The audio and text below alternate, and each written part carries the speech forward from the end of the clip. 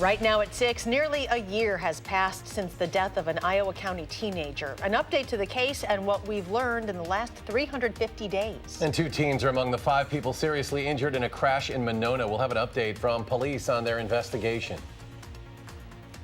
From the Channel3000.com Alert Center, this is News 3 Now at 6.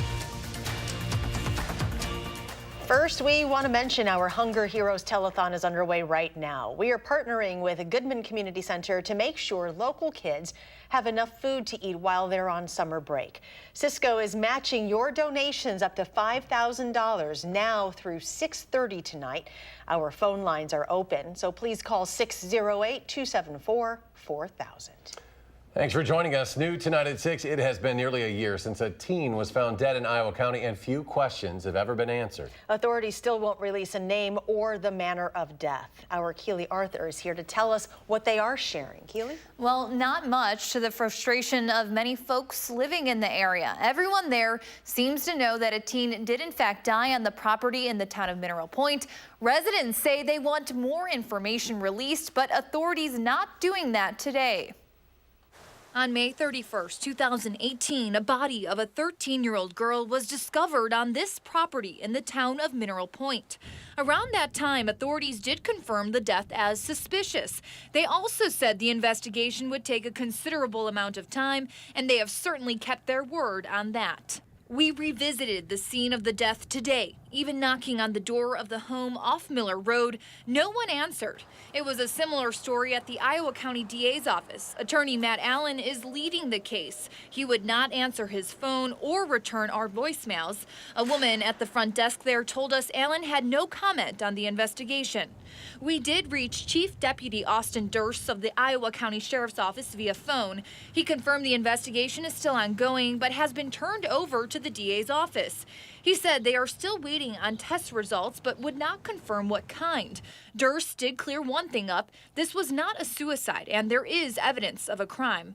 When asked why so little information is being released, he said he couldn't comment further. Silence seeming to be the only thing coming out of Iowa County today, a little less than 10 days away from the anniversary of the death of a 13-year-old girl.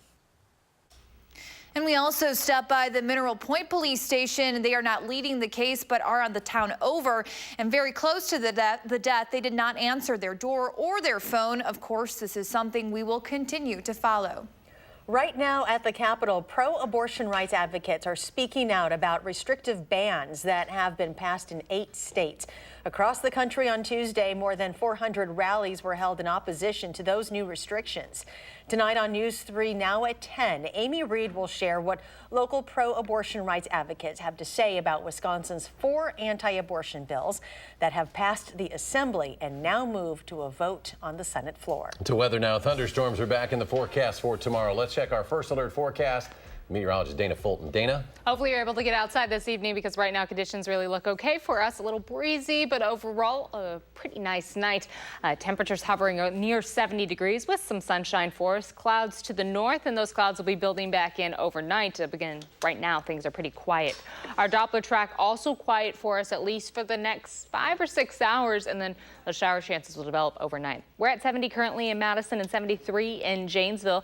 Even though that is pretty mild, it's a little cooler than where we were at this time yesterday, thanks to that breeze coming from the northwest. It'll be from 8 to 15 miles per hour as we head overnight. Tomorrow, expect a lot of rain, isolated thunderstorms, and the chance for strong to severe thunderstorms later in the evening. We'll take a closer look at the alert day for your Friday in just a few minutes. Dana, thank you. Public school supporters say a $500 million proposed K-12 funding increase does not go far enough, but GOP leaders say that's the best they can do. That proposal passed by the Republican-controlled Budget Committee today. It is less than half of what the governor asked for. One of the biggest points of contention, special education funding. The plan passed today provides a $100 million increase for special ed. That is a sixth of what the governor proposed. Republicans are calling on the governor to sign the proposal, but education advocacy groups say he should veto it if he feels it's inadequate. We're here to demand a budget that works for every kid in every public school in the state and starts to do the slow, hard, expensive work of closing the gaps that the state has created. They wanted a predictable growth in resources for schools, something that they can count on, something that doesn't have to be reduced in the future because we see a downturn in the economy. I believe this accomplishes that. The state superintendent released a statement saying the budget proposal is an increase, but it falls short of the demands schools face. The full budget will likely be sent to the legislature sometime next month.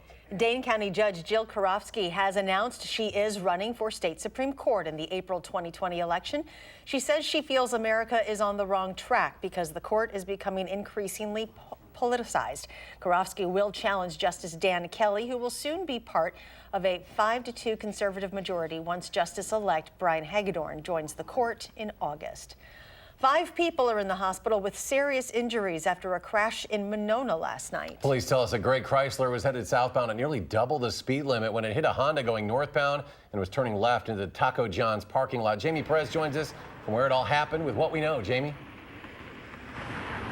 Right, so this is actually the site of where that crash happened. You can still see some of the damages left over. Skid marks that trace back to this shrubbery that car hit and eventually led to this exit-only sign that they also knocked over. Now, take a look at these photos from that crash last night. Police say both cars are a total loss and all 5 people involved are in the hospital and are stable now. Police say the 16-year-olds that were driving the gray Chrysler were not wearing seatbelts. The police chief told me that this could have easily been a much worse situation, but he's glad that it wasn't. If that impact had been a couple feet back further, like in the center where the doors are, you could have had multiple fatalities there. And not to mention the Chrysler with the kids not wearing their seatbelts, the one kid being ejected, you know, he was walking around, he still went to the hospital, but that could have been another fatality. You could have had, you know, easily all 5 of these people could have been killed in this. He also said this area is usually heavily monitored by police because they do catch a lot of people speeding here just coming off a hill. The chief told me that citations will be issued once their investigation wraps up. All right, Jamie Perez live in Monona. Jamie, thank you. Dane County Regional Airport has some new high-tech upgrades to help blind or low-vision travelers find their way around. Through a free smartphone app called Ira, travelers can connect to a live agent who will look through their smartphone camera and explain where to go to catch their flight. While airports do have staff members who help the blind find their gate, Ira will give them much more freedom. I need to use the restroom, if I need to go get a bite to eat, if I need to do some shopping or something, if I have a long layover, that's not their job. Their job is to get me safely from point A to point B. The Ira app can point users to restaurants and shops within the airport, along with communicating flight information and even helping locate baggage.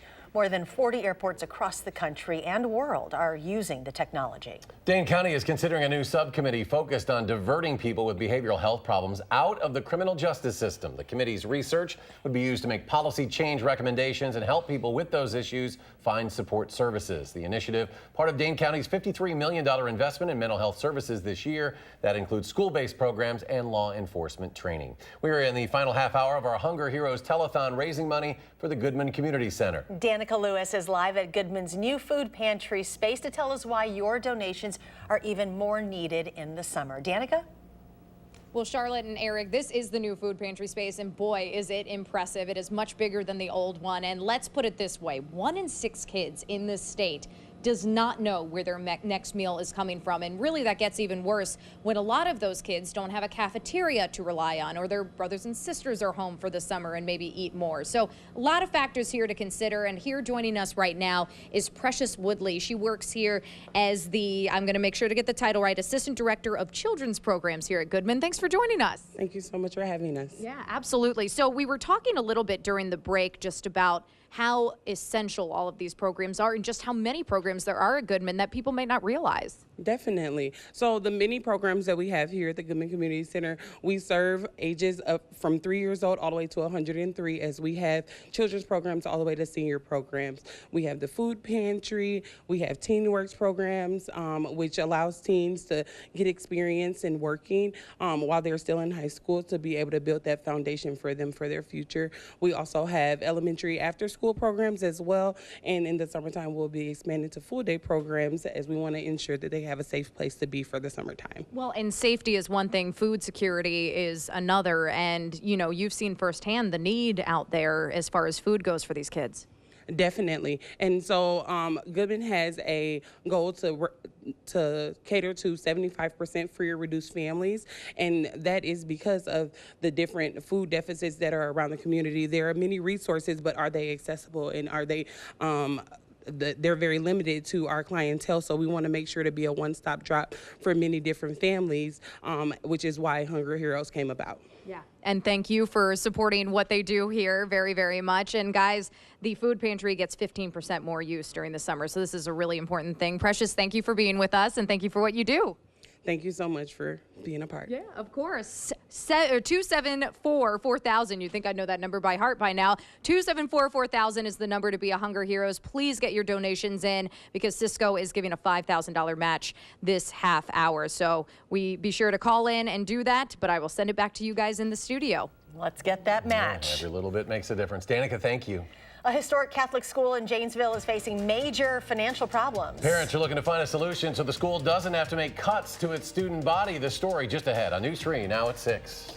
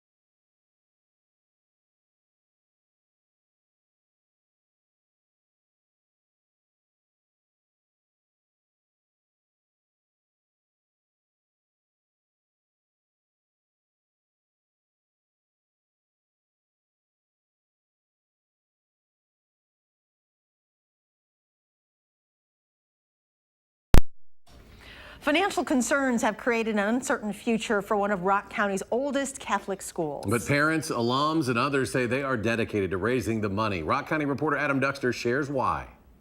Well, St. Mary's School has been an iconic part of Janesville's skyline and community for decades now, but financial concerns have leaders there wondering if they can serve as many students. This is one of the best kept secrets in Janesville, honestly, this parish and this school. For a century, St. Mary's has been a staple of downtown Janesville. St. Mary's is an amazing community. But recently, the historic school has faced some of its worst challenges to date. Well, at the end of the day, we need to have more money. Principal Matt Parrish says it's partially a result of the drop in enrollment. Anytime you go to Mass, it seems that there's less people going and there's less kids that are enrolling in Catholic schools. Just days ago, the school announced it could possibly be cutting 6th, 7th, and 8th grade entirely.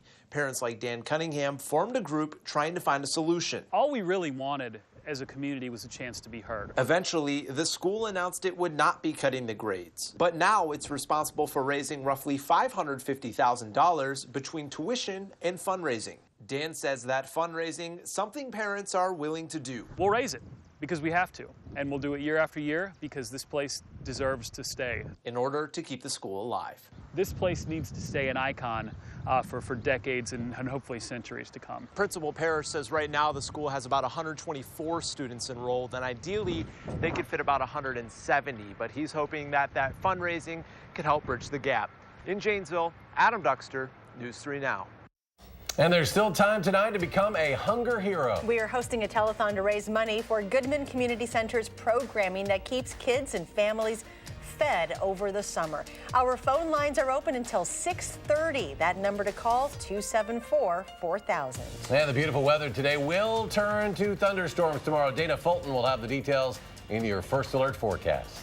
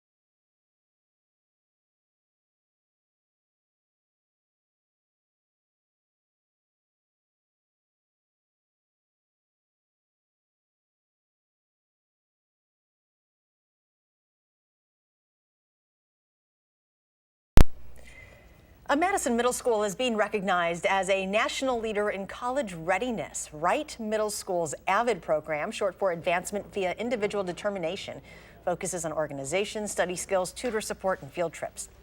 It's paired with support from the Boys and Girls Club. Wright School was recognized for having strong student voices and leadership, plus a culture of belonging. District-wide MMSD says 95% of the program's participants graduated high school in 4 years. Looking ahead to the weekend, visitors to the world's largest Bratfest might have to dodge some storms. The outdoor music event at Alliant Energy Center features headliner Smash Mouth tomorrow and Steve Adler of Guns N' Roses on Saturday. Admission is free. Proceeds from the hot dog and brat sales will go to local charities. Dana joins us now as we take a look at exactly what we can expect in these days ahead. Now, right now, things look pretty quiet outside, but Friday's our main focus right now. We're expecting a lot of rain to come in on Friday, and that could lead to some isolated flooding concerns by Saturday. Saturday looks okay right now, but just a slight chance for showers later in the afternoon. We'll get to Saturday in just a second. Right now, our Doppler track is quiet, but for tomorrow, for your Friday, there is a slight chance for severe weather. We're under a slight risk right now from Madison south into northern Illinois, and then from Madison north, there is a marginal risk for severe weather. That means to the north, we're not expecting wind gusts to be nearly as strong, and our hail threat a little decreased north of Madison, but south of Madison, we're expecting a lot of rain to come on through for us throughout most of the day on Saturday and overnight into Sunday. This area of low pressure off in the plains is going to continue to move east, driving these showers through the plains and northern Midwest overnight and right on into southern Wisconsin for Friday morning. Throughout the morning, we're going to have first band of showers come on through, scattered showers expected late morning and early afternoon, and then our main band of significant rain will be sliding through later in the evening, and that's when we're expecting the opportunity for the strongest thunderstorms for us later on in the day. This warm front drives over us first. Temperatures on Saturday will be a little milder behind that front, and then the cold front swings through behind it, and that brings a little drop in our temperatures heading into Sunday. So the shower chances start up just after midnight for the southwest corner of the state first. Plan on a little longer than usual morning commute and evening commute with those rounds of rain sliding on through. By Saturday morning, there's still a chance for some showers, especially to the eastern edge of the state. And then that chance again redevelops, especially to the southwest corner. We'll have a few isolated showers overnight into Sunday, but by Sunday, we're looking at a partly sunny sky. Overall, a pretty pleasant day. Overnight, mostly cloudy. Again, that shower chance building in after midnight. Tomorrow morning, we'll have a few areas of heavy rainfall, but the stronger thunderstorms are going to hold off until later in the evening. After about 4 or 5 o'clock, those thunderstorms really start to build on in. We'll see some very strong wind gusts and the opportunity for some isolated hail. Certainly a concern with those storms coming through. Our Euro has that bullseye right over Dane County and into Rock and Greene County for the most accumulation, but throughout southern Wisconsin, we're expecting at least 1.5 inches of rain for us throughout the day on Friday and into Saturday morning. So that 36-hour period will be bringing a lot of moisture. Our GFS bringing a little bit more rain coming through, but notice it's still centered on southern Wisconsin for us. So because of that threat, we do have an alert day in the forecast for your Friday. Keep the umbrella on hand in the morning, and then later in the day, of course, just keep an eye on the roads as you're driving around. Never drive through anything that looks flooded because these showers are going to cause the rainfall to accumulate rather quickly later on in the day. Do have the chance also to see some very strong wind gusts up to 30-35 miles per hour and an isolated hail concern for us later on. Overnight will fall to about 52, so pretty mild early in the morning. Our showers and thunderstorms start to develop, and they will stay with us into Friday. Friday will be hitting a high of about 70 in the afternoon, so close to average with our temperatures. Saturday, a little warmer thanks to that warm front with a slight thunderstorm chance developing later in the day.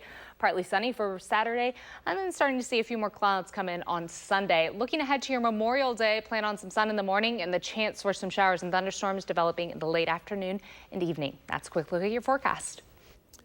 Can the Bucks forget about their forgettable trip to Toronto and find comfort being back home? We'll go to Milwaukee for a live report from Kevin Lewis in sports.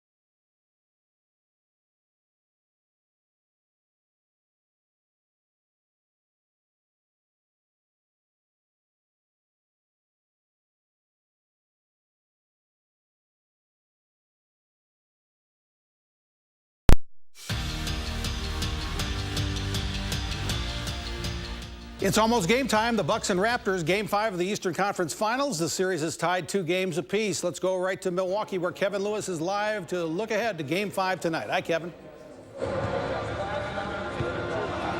Hi. Well, in sports, we hear terms like it's easy, just got to flush it. It's easy, just have to turn the page after a loss. The Bucks head coach Mike Budenholzer said easy is not the word he would use. He said his team got punched in Game 4, but there'd be no doubt that they were ready for a battle tonight in Game number 5. Now, Bucks forward Chris Middleton was visibly upset most of the game on Tuesday night, mostly on defense. But he said there's nothing wrong with the series coming down to a best of 3. Here's just 2-2. It's not the end of the world. I mean, they protected home court just like we did. I know Game 5 is going to be a dogfight.